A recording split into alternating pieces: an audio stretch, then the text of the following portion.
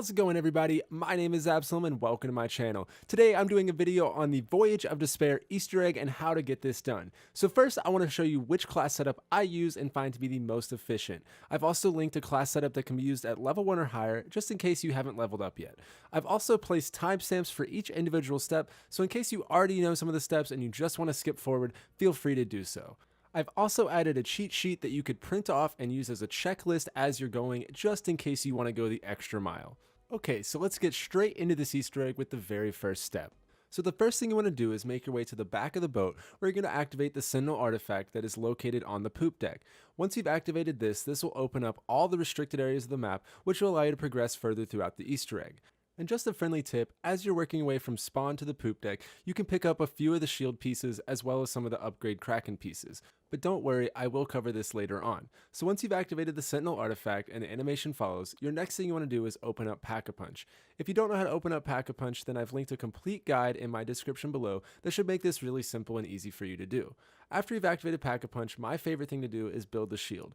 I've also linked another tutorial in the description that will help you build the shield. Now that you've done this, your first step is officially underway. There's going to be 4 symbols that I'm showing you right now, and they've spawned in 6 possible locations. Your job is to find the symbol, and then there's a clock that is going to have a time, and you need to record the time that goes with each symbol. So the first location is in the mailrooms underneath that stairs, and then the clock is right here.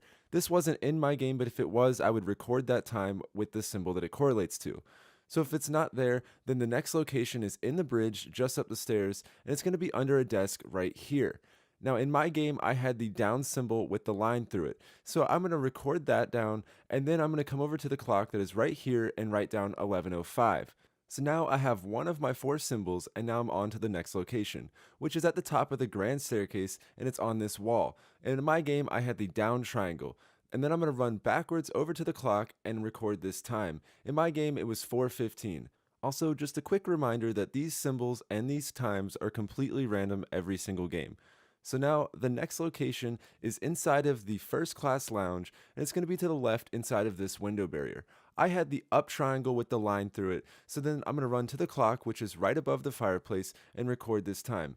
In my game, it was 10:10, so I'm going to write down up with a line and then the 10:10 to correlate to it.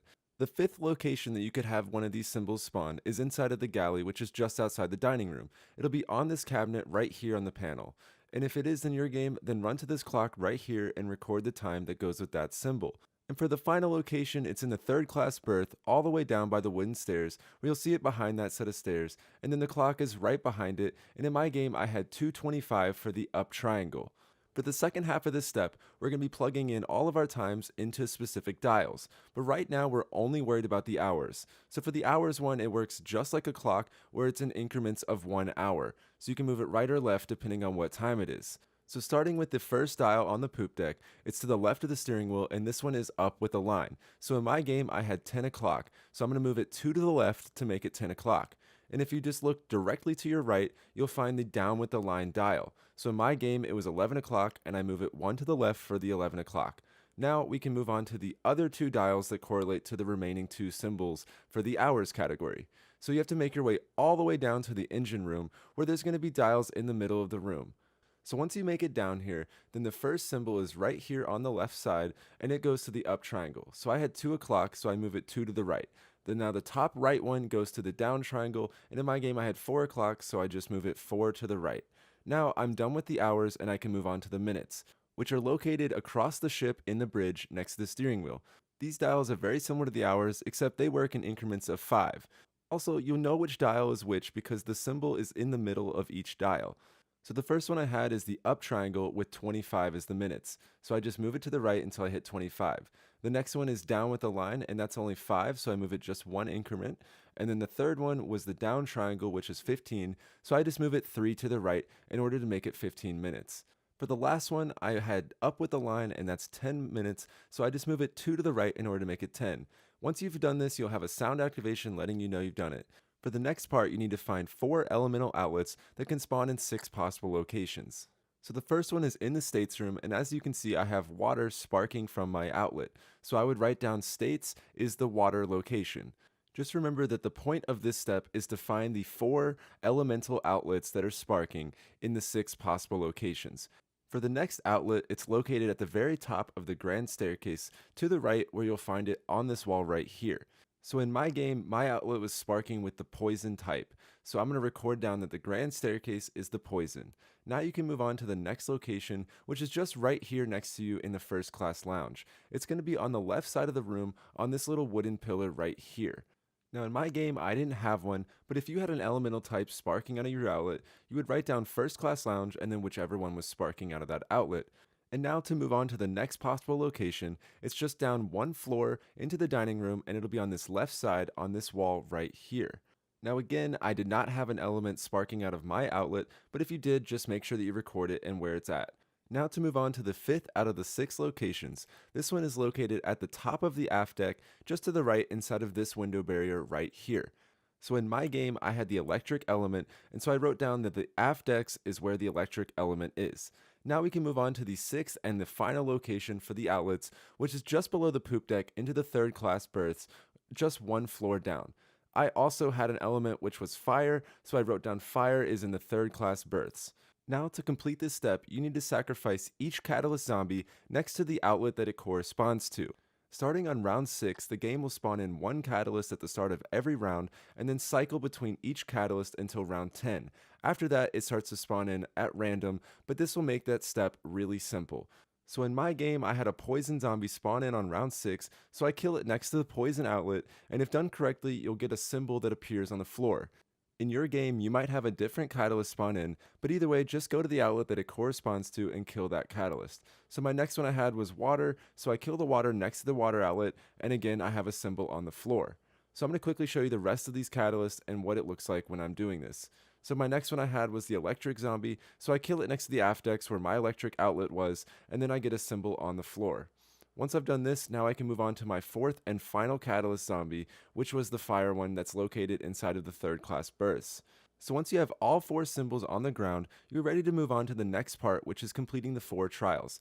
At this point, I recommend you pause the steps and work on getting your setup. This means at least one player should have the Kraken, as well as upgrading it. Also, you should have some perks at this point, and whatever you need to survive the trials. If you don't know how to upgrade the Kraken, then I've linked a complete guide that should help you get this gun. So if at this point you feel like you're ready, you can now move on to the trials.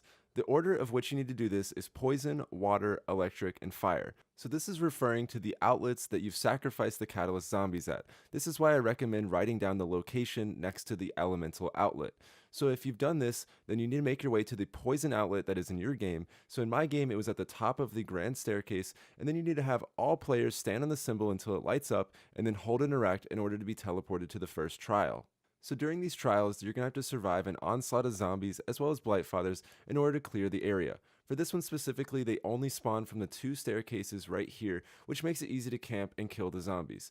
This isn't really the time to be greedy because you won't be getting any points during these trials, so I definitely recommend having all your perks, or at least most of them, before starting these. So also in the back of each area, there's going to be a max ammo that floats around.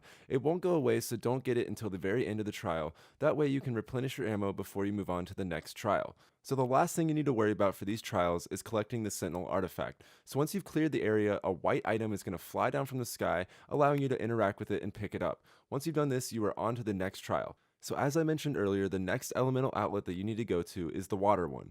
So after you've gone and have all players interact with that symbol, you'll be teleported to the second trial, which is in the cargo hold. This area is going to start flooding, which will make it a little bit difficult, but I recommend using homoculuses to distract the zombies as soon as the water starts to come in. This will make it so much easier. A friendly tip is that during these trials is a perfect time to be picking up the catalyst pieces for the Kraken upgrade. You're going to face each individual type of catalyst, so this is a great way to get the parts you need. So now, once you've completed your trial, don't forget to pick up the Sentinel artifact that will float down from the sky right here, allowing you to pick it up. Failing to do so will not allow you to move on to the next trial. So now make your way to the electric outlet for your 3rd trial. Again, just have all players interact with the symbol, and then you'll be teleported into this trial. So in this one, you also have another max ammo floating, which I definitely recommend saving until the very end so that you don't waste all your ammo. In this one, it's going to be the electric zombies as well as Blightfathers and normal zombies. So I just recommend running circles around this area, throwing homunculuses in order to make it easy, but either way, just take out the Blightfathers with the Kraken to make this a little bit easier. This one can be a little challenging because you might get blinded during this, but either way, you just keep shooting that Kraken and you should survive it. Pick up your max ammo, and then again, don't forget to pick up the Sentinel artifact, because if you don't, you won't be able to move on to the next trial.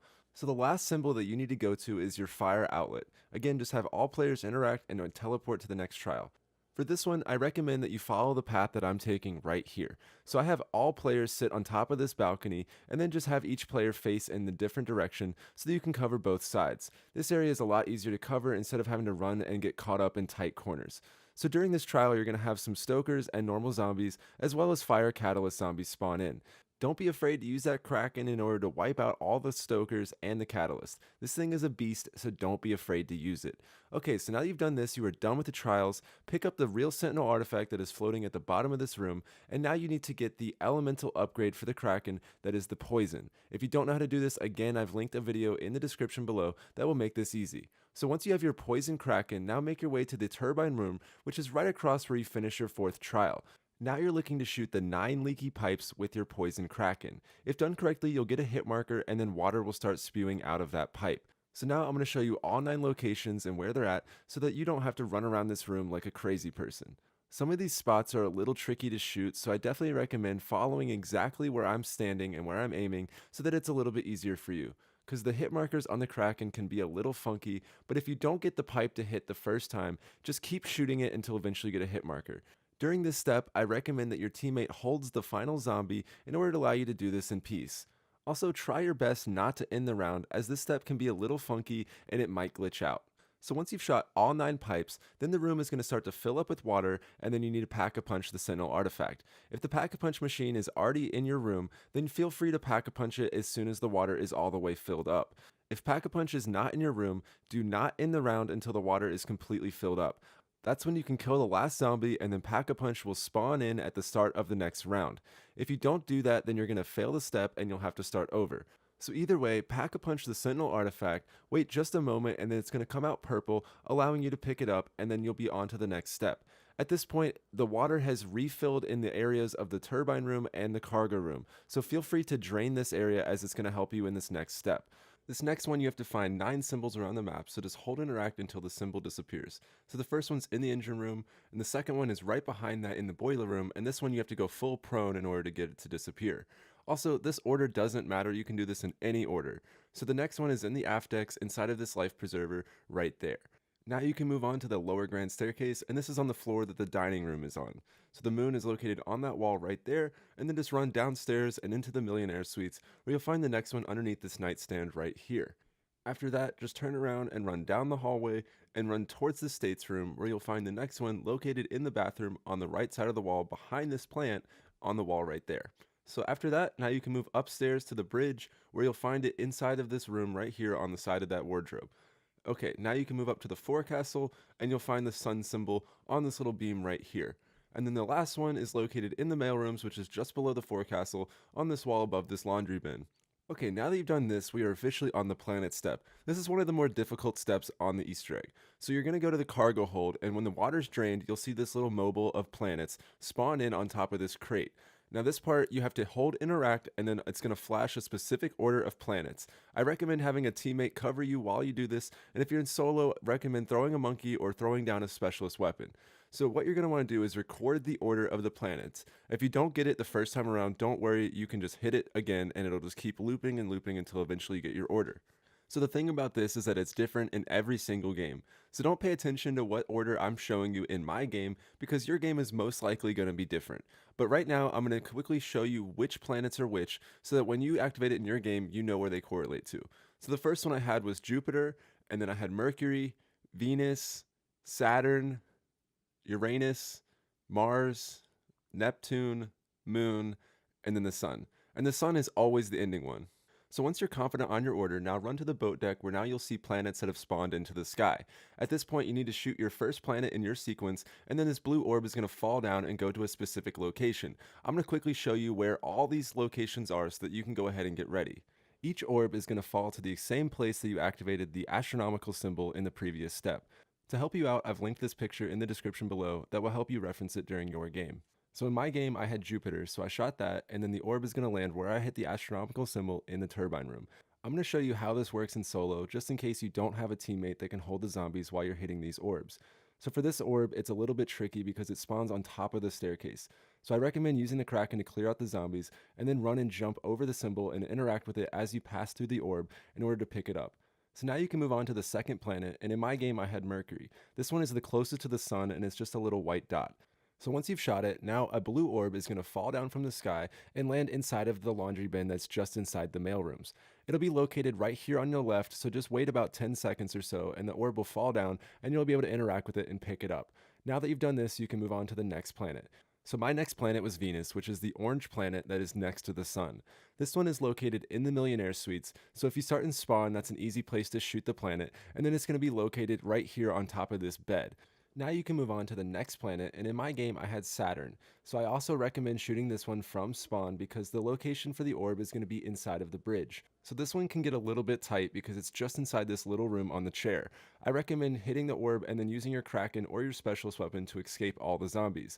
Now you can move on to your next planet, so in my game I had Uranus, which is the purple one. Again, I recommend shooting it from spawn and then running over here to this bathroom where the orb will be floating on top of this luggage. Again, just wait about 10 seconds or so and the orb will fly down and then you can interact and pick it up. Now you can move on to the next planet, so in my game it was Mars, which is the red one that is near the sun. I recommend shooting this one from the poop deck side of the boat because you're going to have to run all the way down to the boiler room. In solo, they're going to give you a little bit more time to make it from the poop deck to the boiler room, but in co-op you have just enough time to shoot the planet and then run down there, so I definitely recommend having another player already down in the boiler room to hit this orb. So once you get this, you can move on to the next planet. In my game, it was Neptune, and Neptune is the only one that is not in the sky. It's going to be in the water and it's going to make circles around the boat, constantly surfacing and then going underwater. So just wait for it to resurface and then shoot the orb, and then it's going to fly over here on the aft deck and land just on top of this lifeboat. Hold interact and pick up the orb, and now you can move on to your next planet. So in my game, it was the moon, and this is the actual moon that is in the skybox. This will be there the entire game, but it's only active until this step. So I recommend shooting the moon from this window because the orb is going to fly down and land just inside of that window. And just in case you fail any of these planets, all you have to do is go to the next round and then you can start over. You will have to do all the planets over again. But at this point you have 8 out of 9 planets, and I recommend getting fully stocked on ammo in order to start this next step. Once you're ready, go to the spawn area of the map and shoot the sun. Have all players stand on the forecastle, and then this blue orb is going to fall down and all players need to interact with the orb at the same time. This will then trigger the last step of the Easter egg, which is going to be destroying the icebergs. I'm going to show you the route that I like to take in order to make this step a little bit easier. At this point, you can use your Krakens to power through these icebergs, as it'll take about a full clip of ammo. Another strategy is to use your specialist weapons, as these absolutely wreck the icebergs. You can also use the rocket launcher, but in case you don't have PhD slider equipped, be careful that you don't kill yourself with splash damage. I recommend that one player keeps their Scepter of Ra in order to use it for this next part.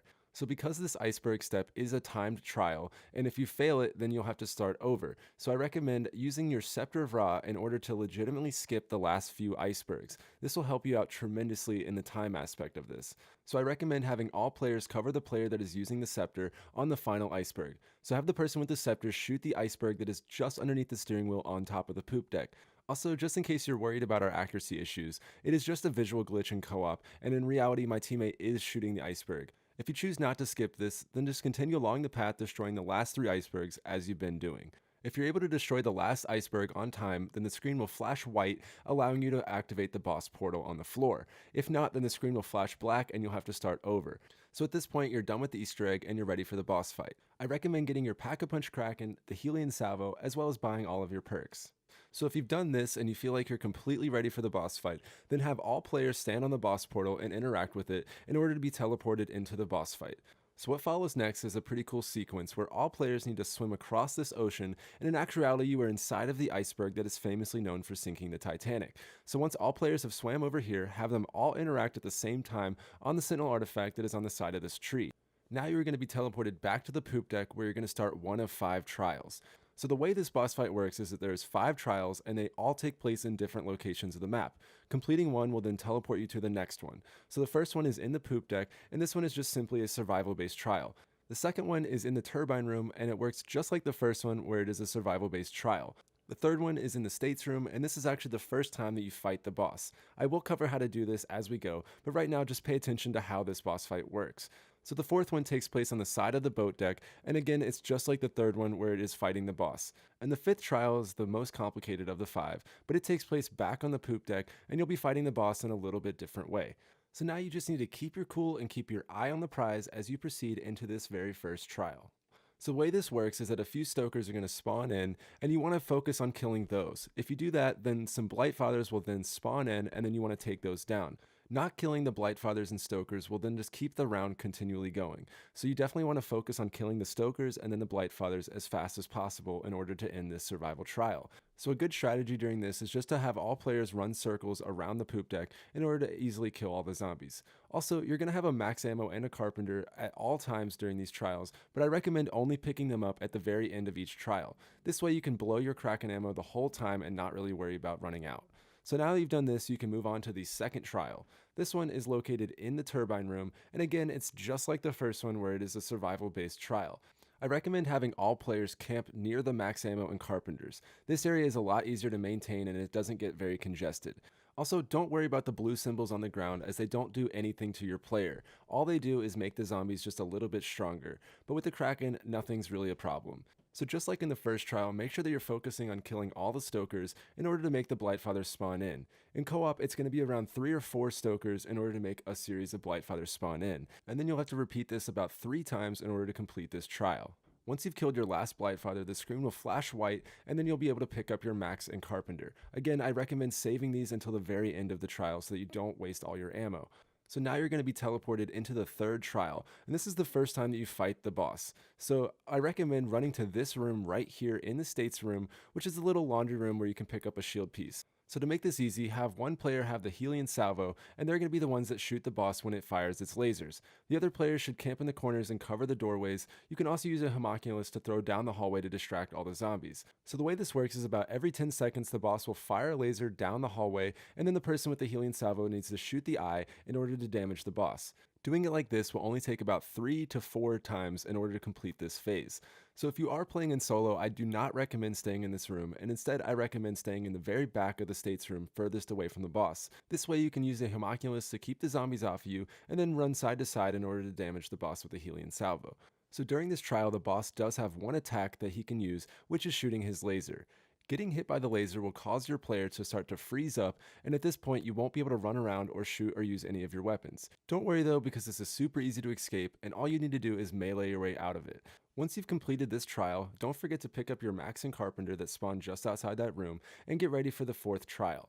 So the fourth trial takes place on the side of the boat deck, and it works exactly like the third one. So in this one, I recommend that you stay on one side of this area, and don't forget that you do have a Max and Carpenter if you need it, but I definitely recommend waiting till the end. So what I do is I stay on this side of the boat, and then I have one player or multiple players cover the person with the Helion salvo as they shoot the boss. Using the Helion salvo will only take about 4 rockets in order to take it down each time.